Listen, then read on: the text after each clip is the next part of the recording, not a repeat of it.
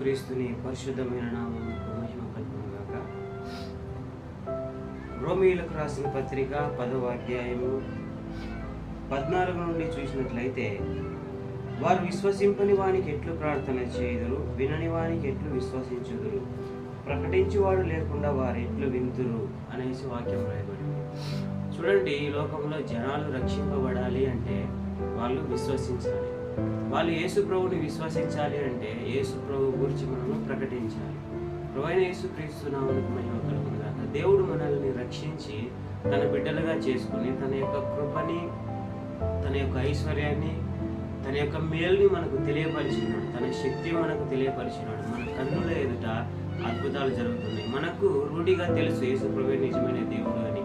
కాబట్టి అదేవిధంగా ఇతరులు కూడా ఆ విధంగా తెలుసుకోవాలి, నమ్మాలి అంటే మనము వాళ్ళకి ప్రకటించాలి. మనము యేసు ప్రభు యొక్క మాట వాళ్ళకి ప్రకటించినప్పుడు వాళ్ళు విశ్వసిస్తారు. వాళ్ళు విశ్వసించడానికి యేసు ప్రభు కార్యము జరిపిస్తాడనమాట. ప్రభువైన యేసుక్రీస్తు నామమునకు మహిమ కలుగును గాక.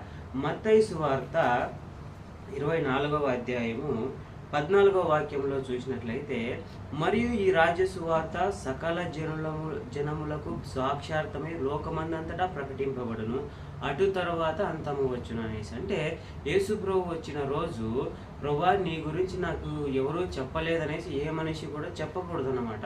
కాబట్టి అందరికీ కూడా సాక్షార్థమై ఈ యొక్క రాజ్య సువార్త ప్రకటింపబడాలి. ఖచ్చితంగా ఈ లోకము కొద్ది సంవత్సరాలలో అంతమైపోతుంది అనమాట. కొత్త రాజ్యము, కొత్త భూలోకము, కొత్త ఆకాశం వస్తుంది, దేవుని రాజ్యం వస్తుంది.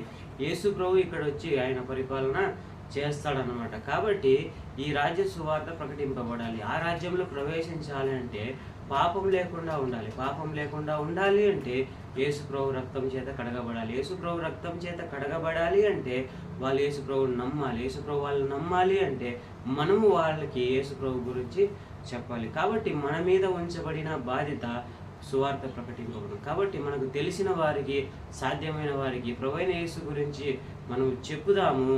దేవుని యొక్క పనిలో పాల్గొందాం. దేవుడు మనల్ని దీవించును గాక. ఆమేన్.